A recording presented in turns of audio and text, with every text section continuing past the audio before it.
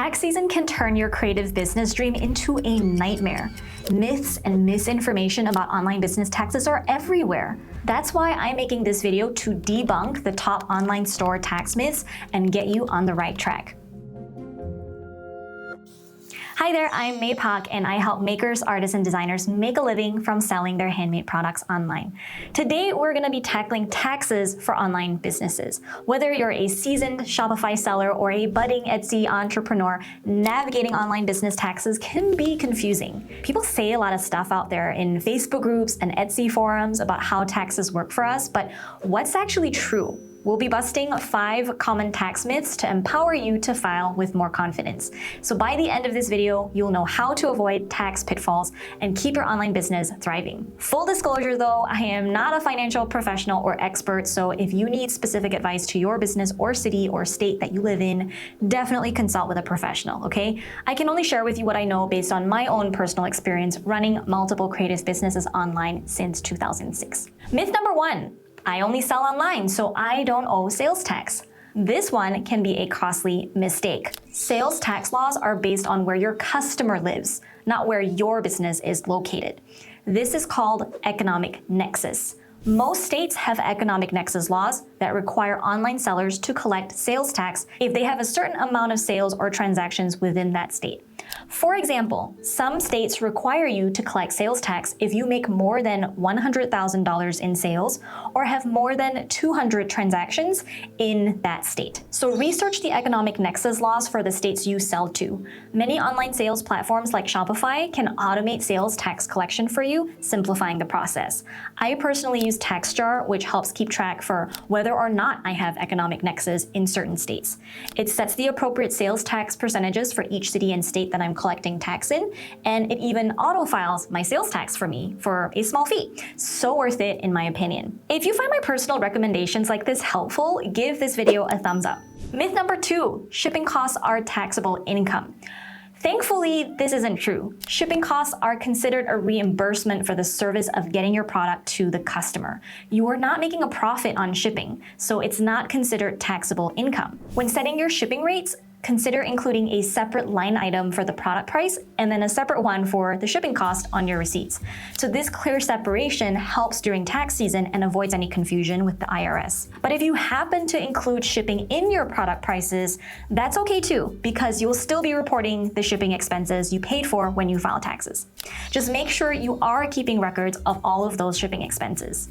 Myth number 3, home office deduction? Not for online stores. Not necessarily. If you have a dedicated home office space that's used exclusively for business purposes, you can claim a home office deduction on your taxes. The IRS has specific rules for what qualifies as a dedicated space, so be sure to do your research. Even a small portion of a room can be considered a home office if it's used regularly and exclusively for business. But like with everything tax related, keep good records of your home office expenses, such as rent or mortgage payments for the portion of the space that you use as an office, utilities and internet costs. These can all be factored into your home office deduction calculation. Myth number 4, inventory costs don't count until I sell them. Now, while you don't have to pay taxes on unsold inventory, you do need to factor it into your taxes using a method called the cost of goods sold, COGS, COGS. COGS helps you determine your business profit by subtracting the cost of your inventory from your sales revenue.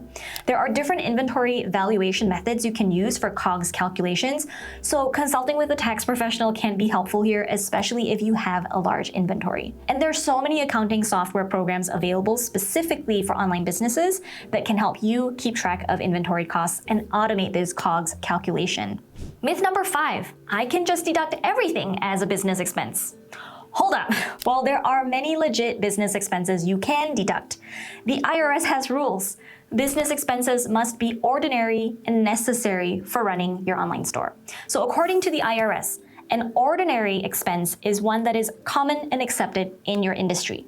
A necessary expense is one that is helpful and appropriate for your trade or business. So that new outfit you bought for your product launch video shoot, probably not deductible. But the video editing software that you use to create those product launch videos, definitely a deductible expense. So again, keep clear records of your business expenses throughout the year. And also, separate your business bank account and credit card statements from your personal one. This will make it much easier to identify and categorize your business expenses come tax time. Running an online store is really exciting, right? But these taxes can be overwhelming. So if you're feeling lost or unsure, please don't be afraid to seek help. There's so many resources available to online business owners, including the IRS website itself.